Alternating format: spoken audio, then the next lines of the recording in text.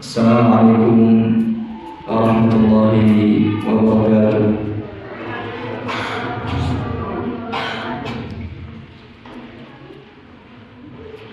Alhamdulillah rabbil alamin. Wal 'aqibatu lil muttaqin. Wa la 'udwana illa 'alal zalimin. Asyhadu an la ilaha illallah ilahul awwalin wal akhirin. Asyhadu anna Muhammadan abduhu wa rasuluh shadiqul wa'dil amin.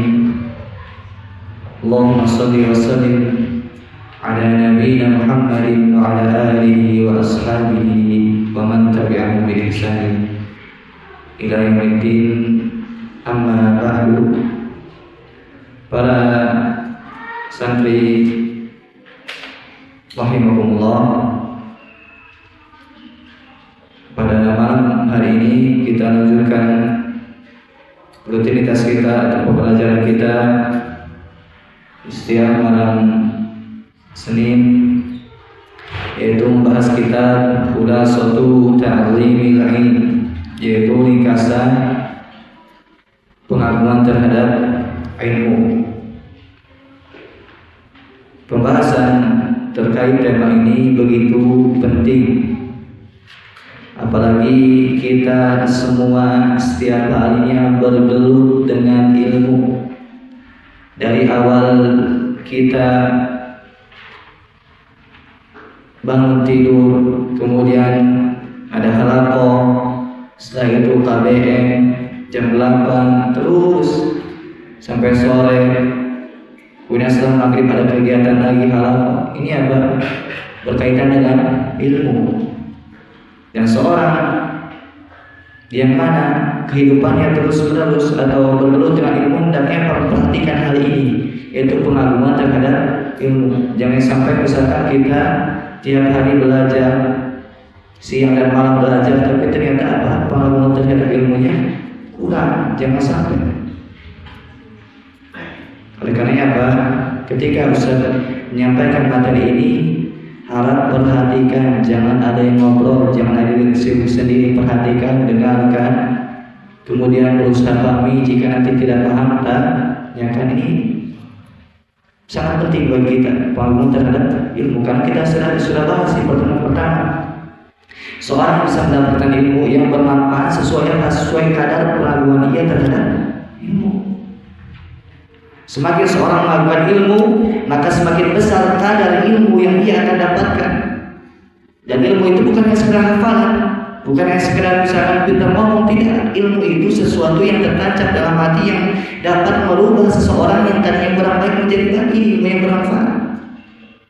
Dan seorang bisa mendapat ilmu bermanfaat apa? Dia mengagungkan ilmu. Nah, kita telah bahas ini di pertemuan pertama. Sedikit wajar di antara bentuk pengagungan ilmu. Yang pertama adalah membersihkan wadah hati, yaitu apa? Membersihkan wadah ilmu, yaitu hati. Ini yang paling penting, yang paling pokok itu adalah seorang membersihkan wadah ilmu, yaitu hati. Semakin bersih wadahnya, semakin banyak ilmu yang dia akan dapatkan. Semakin kotor wadahnya, meskipun dia siang dan malam, bahkan mungkin tahunan puluhan tahun dia belajar, agar tidak ada hasilnya, disebabkan apa? Kotor wadahnya, kotor hati.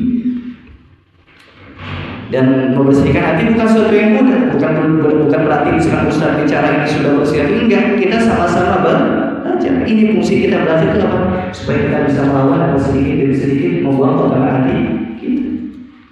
Jadi sama-sama belajar bagaimana kita bisa membersihkan hati. Kemarin sudah disinggung atau pertemuan pertama, membersihkan hati dari apa? Dua penyakit. Ada yang masih ingat? Syubhat dan syahwat. Seorang jika ingin mendapatkan ilmu yang bermanfaat, bersihkan hatinya dari dua perkara. Yang pertama syubhat, yang kedua syahwat. Syubhat itu apa? Gampang itu pemahaman yang salah terhadap agama. Gampangnya itu rancu dalam memahami Al-Quran, rancu rancu dalam memahami hadis, salah dalam memahami Al-Quran, salah dalam memahami hadis. Ini misalkan kita ambil contoh supaya dengan contoh itu semakin jelas. Misalkan Allah berfirman di dalam Al-Quran, Ar-Rahmanu 'alal 'arsy istawa. Allah yang Maha Pengasih istiwa meninggi di atas arsy. Ini firman siapa? Firman Allah. Allah mengatakan bahwasanya Allah di atas langit istiwa al arsy. Ini wajib kita benarkan tidak? Wajib. Datang syubhat. Orang yang kena syubhat mereka mengatakan tidak mungkin Allah di atas. Kalau Allah di atas berarti sama kayak makhluk. Makhluk kan istiwa al arsy di atas singgasana. Berarti kalau Allah di atas singgasana berarti sama kayak makhluk. Itu syubhat. Paham? Salah atau benar ini? Salah. Kita tanyakan pada orang tersebut, apakah Allah mendengar? Apakah Allah melihat? Mereka mesti jawab, iya, Allah melihat, Allah mendengar. Tanya lagi, apakah kau melihat? Apakah kau mendengar? Mereka jawab pasti, iya, saya melihat, saya mendengar. Tanyakan apakah sama penglihatan kau dengan penglihatan Allah? Jawabannya beda. Apakah sama pendengaran kau dengan pendengaran Allah? Jawabannya begitu pun Allah di atas arsy, di atas singgasana yang beda dengan makhluk. Bisa dipahami? Nah, ketika orang salah memahami ini berarti dia kena syubhat. Paham? Nah, bagaimana seorang bisa terhindar dari syubhat ini? Dengan cara dia belajar. Karena dengan belajar jelas, oh ini salah. Allah mengatakan seperti ini, katakan seperti ini. Jangan sampai apa? Ditolak dengan akal, ditolak dengan perasaan. Jadi cara melawan syubhat adalah dengan ilmu ini. Jadi biasa syubhat itu kan kurang pemahamannya. Jadi ketika seorang belajar apa? Biiznillah dia akan hilang syubhatnya. Kemudian yang kedua penyakit apa? Syahwat. Syahwatnya misalkan kita kasih contoh biar jelas. Seorang sudah mengetahui bahwasanya melihat lawan jenis yang bukan mahramnya haram. Karena Allah berfirman, "Qul lil mu'minina yaghuddu min absarihim." Katakan kepada orang yang beriman, tundukkan pandangan ketika melihat lawan jenis. Ini jelas tidak ayatnya? Jelas. Kira-kira orang bisa memahaminya tidak? Bisa, jelas ayatnya, tidak salah. Akan tetapi jika orang mengikuti syahwatnya apa? Saya mengakui itu salah, tapi saya pengen. Kenapa? Nikmat tidak? Nikmat. Tapi nikmat yang membawa apa? Ada. Karena memang apa? Yang namanya maksiat itu ada kenikmatannya. Ada tidak kemaksiatan nikmatnya ada? Ada. Orang misalkan minum khamar, ada nggak nikmatnya? Ada. Emang pernah sekarang? Apa? Emang ada nikmatnya? Kalau nggak ada nikmatnya nggak mungkin apa? Nggak mungkin minum khamar. Jadi yang namanya maksiat itu ada nikmatnya, cuma nikmatnya karena kata Nabi Muhammad SAW apa? Hufatinnar bisyahwat. Yang namanya neraka itu, jadi neraka itu contohnya dikelilingi oleh syahwat. Jadi yang pengen masuk neraka itu enak semua. Maksudnya apa? Enak untuk jiwa. Ini boleh, itu boleh. Melihat yang haram boleh. Apa? Berpegangan dengan yang haram boleh. Pokoknya boleh semua kalau yang mau ke neraka. Ini syahwat. Paham tidak? Dia syahwat apa? Dia sudah tahu itu haram, tapi dilakukan sebab apa? Syahwat. Misalkan orang tahu bahwasanya ghibah itu haram tidak? Haram. Orang tahu misalkan kata-kata buruk itu atau kata-kata kasar haram tidak? Haram. Tapi kenapa seorang melakukan? Karena syahwat. Bisa dipahami? Cara melawannya gimana? Cara melawannya dengan sabar, menahan diri. Karena sabar itu menahan diri. Contoh misalkan seorang ingin mengatakan perkataan yang kotor, tahan, sabar. Seorang misalkan pengen melihat yang haram, tahan, sabar. Seorang pengen mendengar yang haram, misalkan nyanyian musikan, tahan, sabar. Paham? Ya, seorang bisa melawan syahwat dengan sabar. Syubhat dilawan dengan apa tadi? Dengan apa? Syubhat dilawan dengan ilmu. Kalau syahwat dilawan dengan sabar, tahan diri. Paham? Baik, alhamdulillah. Ini yang pertama. Jadi kita kalau misalkan ini ilmu yang bermanfaat apa? Hendaknya kita membersihkan hati dari syubhat dan syahwat. Jadi ketika memahami Al-Quran dan Sunnah, jangan pakai akal, misalnya jangan tolak, jangan pakai pemahaman yang salah. Pakai pemahaman sahabat tabi'in dan tabi'ut tabi'in, pemahaman salafun pemahaman salafus shalih. Kemudian untuk melawan syahwat dengan apa? Dengan paham. Baik. Kemudian yang kedua, kemarin kita memberes, yaitu seorang dikatakan melakukan ilmu dengan apa? Dengan mengikhlaskan niat untuk Allah dalam belajar. Masih ingat kemarin kita bahas bahwasanya ikhlas dalam belajar itu ada 4. Yang pertama apa? Ahsan, menghilangkan kebodohan pada diri sendiri. Kita niatkan apa? Ketika kita belajar, menghilangkan kebodohan pada diri sendiri. Karena kita semua bodoh. Kita bisa tahu dengan cara belajar. Innamal ilmu bitta'allum. Ilmu itu dapat dengan cara belajar. Tidak ada yang namanya misalkan tidur, kemudian mimpi tiba-tiba jadi alim bisa. Tidak ada. Tidak ada juga misalkan orang lahir ke dunia langsung hafal Quran bisa. Enggak ada. Tapi apa harus belajar. Niatkan ketika belajar apa? Menghilangkan kebodohan pada diri kita dan diri kita. Yang pertama, yang kedua apa? Asal. Bahwasanya yang kedua menghilangkan kebodohan pada orang lain. Kenapa? Karena memang apa? Kebanyakan manusia itu adalah bodoh apa pintar? Bodoh. Kebanyakan manusia itu bodoh. Maka apa? Harus ada keinginan dalam kita tuh, ya Allah, misalkan lihat orang yang belum berjilbab, saya pengen apa? Belajar supaya apa? Supaya bisa mengingatkan mereka, supaya menyampaikan dengan dalil-dalilnya dan lain sebagainya. Yang kedua, kemudian yang ketiga apa? Ya, meniatkan untuk menjaga ilmu. Dengan belajar apa? Kita menjaga ilmu. Kenapa? Karena ilmu ini jika tidak dipelajari akan hilang. Nah, ulangi, ilmu ini jika tidak dipelajari akan hilang. Oleh karenanya apa? Tidak akan terjadi hari kiamat sampai tidak ada orang yang mengatakan Allah, sampai tidak ada yang memperhatikan Al-Quran, sehingga tidak ada yang memperhatikan Al-Quran, Allah mencabut Al-Quran, sampai atau huruf-hurufnya pun tidak ada. Jadi di antara hari kiamat, tanda hari kiamat apa? Al-Quran Allah angkat. Tidak ada yang memperhatikan Al-Quran. Jadi selama ada penuntut ilmu yang memperhatikan Al-Quran, memperhatikan Sunnah, maka biidznillah ta'ala apa? Kiamat tidak ada. Jadi tidak ada kiamat katanya berapa? Tahun 2024 atau 2030 ini dusta. Ya misalkan orang ada yang bicara misalkan yang pakai sorban atau misalkan dikatakan ustaz, kiai atau ulama, mereka mengatakan bahwa kiamat akan terjadi 2030. Kita katakan dusta. Kenapa? Hari kiamat tidak ada yang tahu. Nah, salah satu tanda hari kiamat apa? Tidak ada yang mempelajari Al-Quran. Selama kita belajar Al-Quran apa? Maka biidznillah ta'ala kiamat tidak akan terjadi. Kemudian keempat apa? Seorang bisa ikhlas itu niatkan ketika kita belajar untuk ini penting. Jadi ingat, bedakan kita mempelajari ilmu agama dengan ilmu dunia.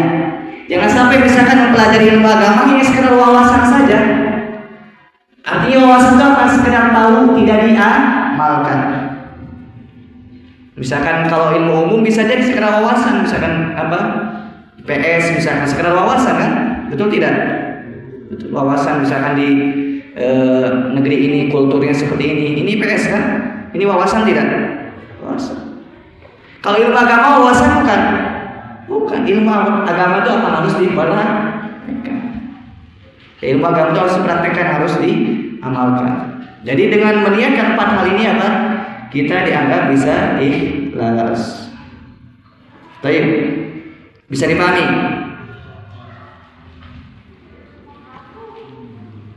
Sekarang kita masuk kepada kitab. Qala al-mu'allifu hafizahullah ta'ala, berkata penulis, semoga Allah menjaganya, beliau mengatakan, walaqad kana as-salafu rahimallahu ta'ala yakhafuna fawat al-ikhlas fi talabihim al-ilma. Orang-orang salaf itu, siapa salaf itu? Sahabat, tabi'in, tabi'un, tabi'in. Ini salaf. Kalau misalnya mengatakan orang salaf berarti mereka sahabat, tabi'in dan tabi'un, tabi'in. Nah, sahabat itu, tabi'in, orang salafus soleh, mereka itu apa? Takut kehilangan ikhlas dalam menuntut ilmu. Jadi mereka takut apa? Kehilangan ikhlas dalam menuntut ilmu. Fayatawarra'una an-nidda'i. Mereka tidak mengklaim saya ikhlas. Ini perhatikan. Jadi orang-orang soleh terdahulu itu apa? Mereka tidak mengatakan saya ikhlas. Justru mereka takut saya tidak ikhlas. Jadi jangan sampai misalkan saya ikhlas dalam menuntut ilmu, jangan. Kenapa? Ada yang mengatakan jika orang mengatakan ikhlas berarti ikhlasnya perlu diikhlaskan. Anda ulangi. Jika ada seorang mengatakan misalkan saya ikhlas berarti ikhlasnya perlu diikhlaskan. Artinya dia perlu ikhlas. Paham? Karena orang ikhlas itu tidak mengklaim dia ikhlas. Paham? Paham tidak? Jangankan kita, mereka saja para salat apa? Tidak berani mengatakan saya ikhlas, apalagi kita yang bukan apa? Jadi jangan mengatakan saya sudah ikhlas. Enggak, jangan, boleh. Paham? Kalau seorang mengatakan ikhlas berarti dia belum ikhlas, perlu diikhlaskan lagi. Kata penulis la'annahum lam yuhaqqiqu fi qulubihim, bukan berarti apa? Mereka tidak mewujudkan ikhlas, tapi apa? Mereka berusaha apa? Mewujudkan ikhlas. Bersama dengan itu apa? Mereka takut tidak ikhlas. Begitupun kita berusaha untuk ikhlas tapi jangan mengklaim kita ikhlas. Bisa dipahami? Begitupun dalam segala kebaikan. Jangan mengklaim misalkan kita itu apa? Soleh, kita itu banyak amalnya, kita itu wali misalkan.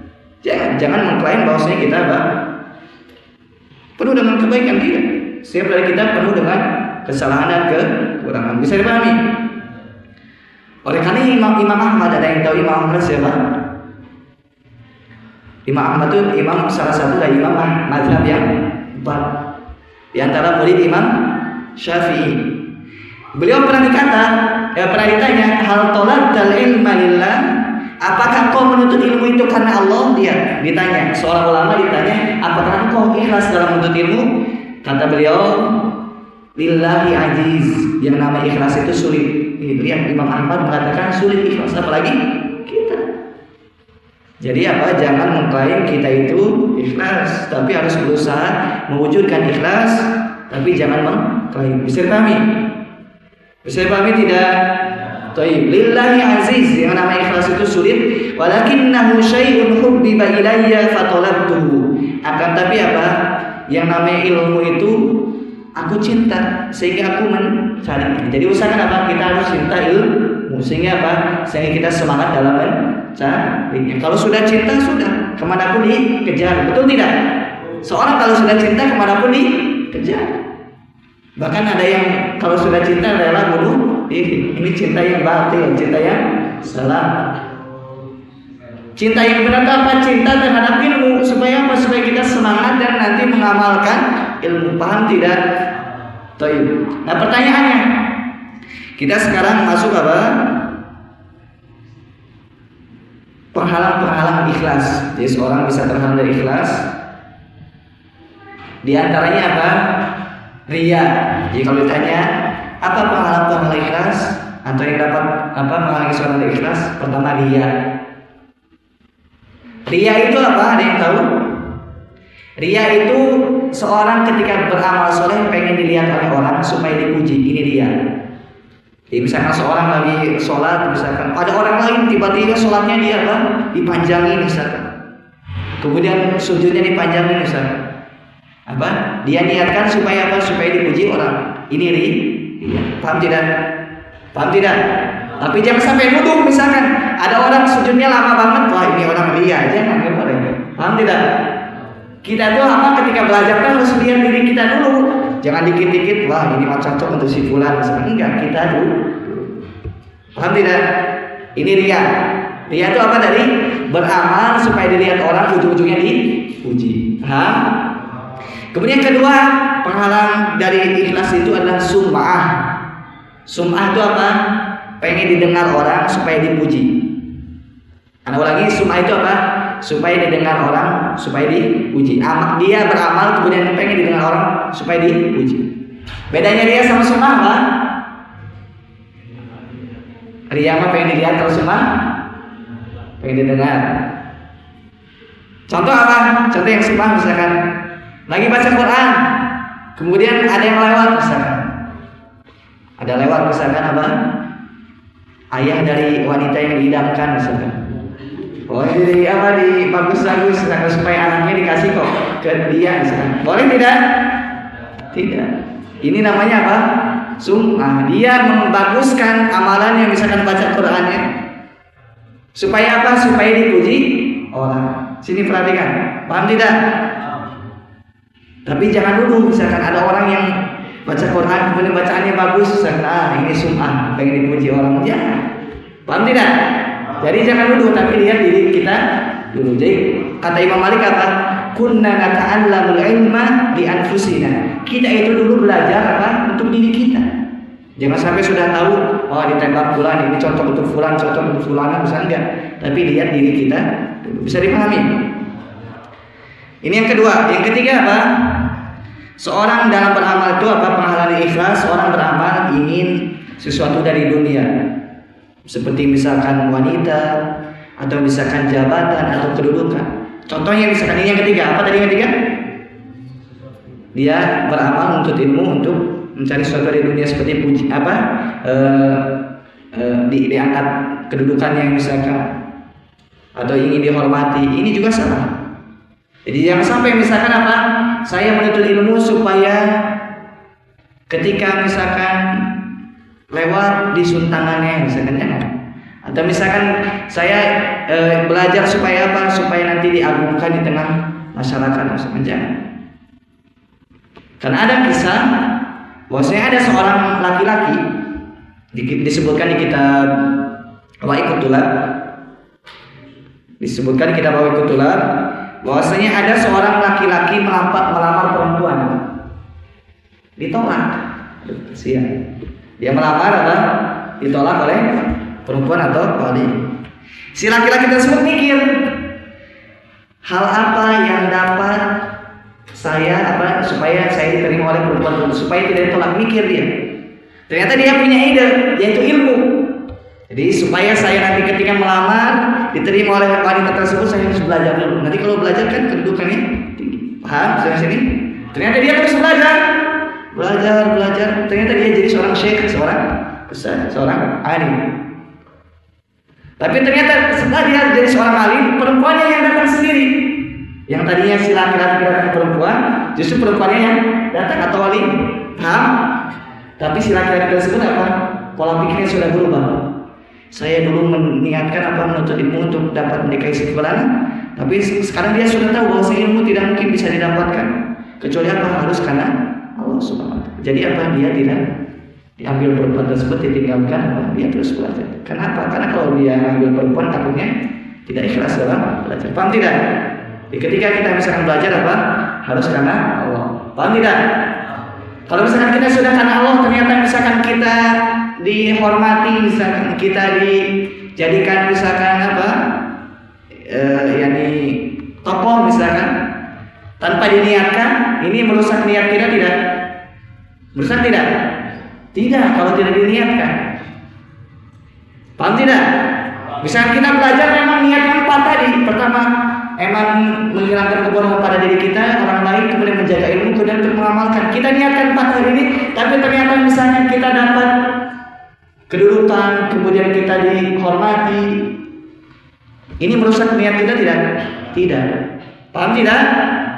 Kenapa? Karena memang sudah menjadi kehendak Allah, sunatullah, bahwasanya orang yang berilmu pasti dimuliakan. Jangan diniatkan, kalian jangan niatkan supaya dengan ilmu misalkan dapat ini dapat itu, enggak, jangan diniatkan. Nanti pun apa kalau kalian belajar pasti dunia itu ngikut kepada kalian. Paham tidak? Sebagaimana yang telah disinggung pertemuan dahulu, kata Hasan al-Basri apa? Saya banyak perhatikan bahwasanya orang yang menuntut ilmu karena Allah itu apa? Dunianya dapat. Nuntutnya karena Allah, akhirat dunia dapat. Beda dengan orang misalkan yang untuk dunia saja, dunianya apa? Dapat, tapi akhirat tidak. Paham? Paham tidak? Baik. Kemudian kata penulis rahimahullah taala, wa man dhayya al-ikhlas fatahu ilmun katsir wa khairun wafir. Barang siapa yang dia menyia-nyiakan ikhlas, maka kebaikan yang banyak akan pergi. Misalkan seorang tidak ikhlas, menuntut ilmu misalkan yang sekedar apa? Sambilan misalkan. Kalau di rumah tidak dikasih uang, misalkan menuntut ilmu, pokoknya tidak ada misalkan 4 hal dari dalam diri dia, dia telah hilang darinya kebaikan yang banyak. Bahkan dia capek-capek belajar siang dan malam, tapi ternyata kebaikannya tidak ada, sebabnya dia tidak ikhlas. Paham tidak? Baik. Wa yanbaghi liqasidis salamati an yatafaqqada hadzal asl wa huwa al-ikhlas fi umurihi kulliha, daqiqiha wa jaliliha, sirriha wa alaniha. Yang artinya, perhatikan sini, sudah sepatutnya bagi orang yang menginginkan keselamatan. Kita ingin selamat tidak? Pasti. Hendaknya bagi orang yang menginginkan keselamatan supaya dia menjaga keikhlasannya, jangan sampai kehilangan ikhlasnya. Baik dalam setiap perkara. Ikhlas itu dalam setiap perkara. Daqiqiha wa jaliliha, yang kecilnya yang besarnya. Yang kecil misalkan ketika kita misalkan buang sampah, niatkan karena Allah, kecil tidak ini? Kecil. Tapi ketika yang kecil ini kita niatkan karena Allah, dapat pahala tidak? Senyum misalkan, senyum kecil atau besar? Kecil. Kita niatkan ketika senyum tersebut dapat pahala tidak? Tapi jangan sampai senyum ke lawan jenis. Bahaya ini, justru dapat dosa. Kenapa? Bisa jadi terfitnah, paham? Kemudian yang besar misalkan sholat, menuntut ilmu, ini juga harus karena Allah, paham? Sirriha wa alaniha, begitupun kita ikhlas itu dalam keadaan sendirian dan keadaan banyak orang. Ada ulangi, perhatikan sini, ada yang ngomong. Kita ikhlas pun dalam keadaan sendirian dan keadaan banyak orang. Contohnya jangan sampai ketika kita banyak orang, luar biasa sholatnya misalkan. Tapi ketika sendirian kayak ayam macok kayak misalkan. Luar biasa ini. Salah apa benar? Salah. Berarti dia ada yang salah dengan niatnya. Ketika banyak orang, panjang sholatnya. Ketika sendirian, cepat. Tapi ingat jangan duduk. Oh itu panjang sekali sholatnya. Enggak. Untuk kita Begitupun jangan sampai misalkan ketika kita di banyak orang kita seolah-olah bertakwa, seolah-olah soleh, tapi ketika di kamar misalkan, lihat yang haram, dengar yang haram, jangan. Paham? Kalau kita seperti ini mustahil kita mendapatkan ilmu yang bermanfaat. Jadi ingat bahwa Allah melihat kita. Jadi kita itu beramal bukan karena manusia, karena Allah. Mau di sekolah, mau di rumah sama saja, mau dalam kesendirian atau banyak orang sama saja. Jadi jangan sampai ketika banyak orang bertakwa, soleh, ketika sendirian jadi orang toleh, orang yang tidak bertakwa, orang yang buruk. Oleh karena kata sebagian salaf pernah mengatakan jangan sampai engkau menjadi musuh iblis, melaknat iblis di dalam banyak orang. Ketika banyak orang, semoga Allah melaknat iblis laknatullah. Tapi ketika bersendirian akan menjadi teman iblis, yaitu bermaksiat. Jangan sampai. Paham? Jadi perhatikan. Jadi ketika kita ramai ataupun dalam kesendirian, hendaknya kita ikhlas karena Allah Subhanahu wa ta'ala. Baik, kata beliau, qala Sufyan ats-Tsauri rahimallahu taala. Kata Sufyan ats-Tsauri rahimallahu taala, seorang tabi'in ulama salaf mengatakan, "Ma 'alaztu syai'an ashadda 'alayya min niyati." Tidak ada yang lebih berat bagiku daripada meluruskan niat. Ini kata ulama salaf. Seorang tabi'in mengatakan sulit, ikhlas itu sulit, niat itu sulit. Apalagi terkadang misalnya kita menuntut ilmu itu supaya menghilangkan kebodohan pada diri kita dan orang lain, tiba-tiba misalkan dengan ilmu ini pengen dipuji, pengen misalkan sesuatu dunia, harta dan sukses. Terkadang seperti itu, kita luruskan lagi. Ingat bahwa kita belajar untuk Allah. Paham? Jadi yang nama ikhlas itu terus diperbaharui, terus diperbaharui. Jangan sampai Jangan sampai tertipu, saya sudah ikhlas tidak. Tapi terus diperbaharui. Karena ketahuilah seandainya misalkan seorang berenung, kenapa dia mencari ilmu dengan mencari dunia dengan ilmu? Seandainya kita misalkan merenung, kenapa mencari dunia dengan ilmu? Ulama salaf pernah mengatakan ilmu ini ibarat sendok emas. Bahwasanya dunia ini ibarat kotoran. Kira-kira pantas tidak sendok emas mengambil kotoran? Pantas tidak? Tidak. Begitupun ilmu ini, ilmu tidak pantas diambil untuk dulu dia. Paham? Paham tidak? Tapi ingat bahwasanya menuntut ilmu itu sesuatu yang sulit, harus kita biasakan. Kita belajar untuk Allah, tidak untuk selain. Paham? Kemudian bal qala Sulaiman al-Hashimi rahimahullah ta'ala rubbama uhaddithu bi haditsin wahidin wa liyaniyah fa idza ataitu ala ba'dihi taghayyar niyyati fa idza al-haditsu al-wahidu yahtaju ila niyyat. Artinya terkadang ketika aku menyampaikan hadis atau bahasa sekarang ketika saya ceramah, saya mempunyai niat yang benar. Terkadang misalkan saya bicara itu ada niat yang benar, pengen mencari wajah Allah. Tapi di tengah-tengah perjalanan taghayyara niyati, berubah niatku, pengen dipuji. Wah, si kurang pintar. Wah, bawanya Quran, bawanya hadis, perkataan Allah. Bisa berubah niat tidak? Bisa. Jadi apa? Setiap kita bicara terus berusaha meluruskan niat. Bisa jadi kita di awal sudah betul niatnya, di tengah-tengah ini kata ulama, bukan kata apalagi anak. Ulama saja seperti ini, apalagi anak. Bisa pahami? Nah, kata beliau apa? Terkadang menyampaikan satu hadis, menyampaikan satu ceramah, aku mempunyai niat yang benar, di tengah-tengah niatku berubah. Fa idal haditsul wahid yahtaju ila niat. Berarti apa? Satu hadis saja, satu ceramah apa? Butuh niat itu diulang-ulang supaya lurus niat. Jadi luar biasa niat itu apa? Sulit sekali. Oleh kenapa? Terus belajar dan belajar supaya meluruskan niat. Baik, di akhir pembahasan kita masuk kiat-kiat supaya ikhlas. Kiat-kiat supaya ikhlas.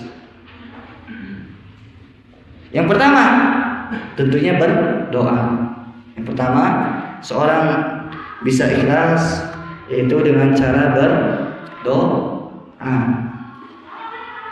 Oleh karenanya ada hadis dari Nabi Muhammad SAW, beliau pernah berdoa, Allahumma inni a'udzubika an usyrika bika wa ana a'lamu wa astaghfiruka lima la a'lamu. Ana ulangi. Allahumma inni a'udzubika. Ini insyaallah udah bisa. Allahumma inni a'udzubika an usyrika bika. Allahumma inni a'udzubika an usyrika bika wa ana a'lamu.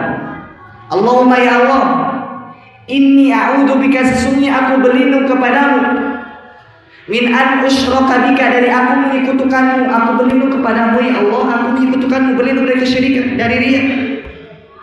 Wa ana a'lamu, dalam keadaan aku mengetahui. Jadi Nabi SAW apa? Berlindung kepada Allah dari berbuat syirik dalam keadaan beliau tahu. Apalagi kita harus berlindung. Kemudian yang selanjutnya, Allahumma inni a'udzubika an usyrika bika wa ana a'lamu wa astaghfiruka lima la a'lamu. Ada lagi yang terakhir, wa astaghfiruka lima la a'lamu, dan aku memohon ampun dari sesuatu yang aku berbuat syirik tapi aku tidak tahu. Paham tidak? Yang pertama, berlindung dari syirik dalam keadaan aku tahu bahwa saya berbuat syirik, berbuat riya. Yang kedua apa? Bisa jadi kita tidak sadar riya, kita tidak sadar syirik, apa? Kita beristighfar kepada Allah. Bisa dipahami? Bisa pahami tidak doa ini? Pertama kan berlindung dari Allah berbuat syirik dalam keadaan tahu. Yang kedua apa? Beristighfar kepada Allah dari berbuat syirik atau riya dalam keadaan tidak mengetahui. Paham? Doanya apa tadi? Allahumma inni a'udzubika an usyrika bika wa ana a'lamu wa astaghfiruka lima la a'lamu. Ini yang pertama, yaitu apa? Seorang bisa ikhlas, kiat-kiat ikhlas adalah berdoa kepada Allah. Ini doa Nabi Muhammad SAW. Begitu pun ada riwayat kalau nggak salah dari Umar bin Khattab, beliau berdoa, Allahumma ja'al, ya Allah jadikanlah, Allahumma ja'alani kullaha sholihan, ya Allah jadikan amalku semuanya soleh. Jadi Umar bin Khattab mengatakan apa? Allahumma ja'al amali kullaha sholihan, ya Allah jadikan amalku soleh semuanya. Allahumma ja'al amali kullaha sholihan wa ja'alha liwajhika khalisan, dan jadikan amal soleh tersebut ikhlas karena Engkau ya Allah. Itu doa siapa? Umar bin. Allahumma ja'al amali kullaha sholihan waj'alha liwajhika khalisan wa la taj'al li ahadin fiha syai'an. Jangan sampai apa? Aku beramal untuk selain Engkau, Jadi ini yang pertama, seorang bisa ikhlas yaitu dia berdoa kepada Allah Subhanahu wa ta'ala. Doanya tadi sudah disebutkan, doa dari Nabi Muhammad SAW, kemudian doa yang dibacakan oleh Umar bin Khattab radhiyallahu anhu. Kemudian kiat yang kedua seorang bisa ikhlas, yaitu dia pelajari bahaya orang yang tidak ikhlas. Dia pelajari bahaya atau ancaman bagi orang yang tidak ikhlas. Karena sudah disinggung sebelumnya apa? Orang yang tidak ikhlas itu apa? Pertama kali masuk neraka dibandingkan orang yang menyembah berhala. Jadi orang yang tidak ikhlas dalam belajar, justru dia yang pertama kali dilemparkan ke dalam api neraka daripada orang yang menyembah berhala. Ini luar biasa adab yang hendaknya kita tahu. Karena yang namanya itu ilmu ibadah bukan?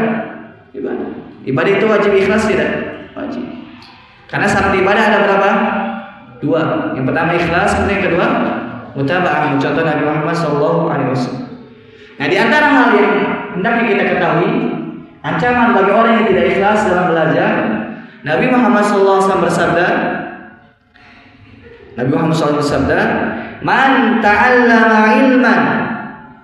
Barang siapa yang menuntut ilmu, maksud ilmu agama, yubtagha bihi wajhullah, yang mana mestinya ketika dia menuntut ilmu, ketika belajar dia harus niatkan karena Allah. Akan tapi la yata'allamu illa liyusiba bihi 'aradan minad dunya, lam yajid 'arfal jannati yaumal qiyamah. Akan tapi apa dia dalam belajar niatkan untuk mendapatkan sesuatu yang kecil dari dunia, wanita, harta, kedudukan, tahta. Dia niatkan dalam belajar seperti itu, maka lam yajid raihatal jannah. Dia tidak akan apa? Mencium wangi surga. Dia orang yang belajar, niatnya untuk mendapatkan dunia ini, kata Nabi Muhammad SAW, dia tidak akan mencium baunya surga. Bayangkan mencium saja tidak, apalagi masuk. Orang ketika belajar seperti dia takut, ya Allah, saya belajar jangan-jangan tidak ikhlas. Baik, bisa dipahami 3 ya. Nah, sekarang tanda-tanda ikhlas. Tanda-tanda ikhlas. Tapi pada dulu nanti mungkin tanda-tanda ikhlas. Atau sebentar saja tanda-tanda ikhlas. Tanda-tanda ikhlas itu apa? Jadi yang pertama, dalam keadaan kesendirian atau banyak orang sama saja. Jadi dia dalam keadaan sendirian atau banyak orang sama saja. Ketika banyak orang dia soleh. Ketika dalam keadaan dia sendiri dia soleh. Ketika banyak orang dia tidak berani maksiat. Ketika sendiri tidak berani bermaksiat. Ini tanda orang ikhlas. Kenapa? Kalau ikhlas itu apa? Dia tahu bahwa Allah melihat dia. Misalkan mau ada musyrik, mau ada ustaz, mau tidak ada musyrik, tidak ada ustaz, dia ucapannya baik. Dia tetap melakukan amal soleh, tidak bermaksiat. Ini yang pertama. Kemudian yang kedua, tanda-tanda orang ikhlas dalam belajar itu apa? Dia mengamalkan ilmunya. Ya, misalkan kalau orang dia mengamalkan ilmunya apa? Pertanda dia ikhlas dalam belajar. Kemudian yang ketiga, ia tidak suka untuk dipuji. Orang ikhlas apa? Tidak suka untuk dipuji. Mungkin sekian yang bisa saya sampaikan sebelumnya. Taib adan dulu. Allah a'lam bishawab. Wassallallahu Nabi Muhammadin. Alhamdulillah.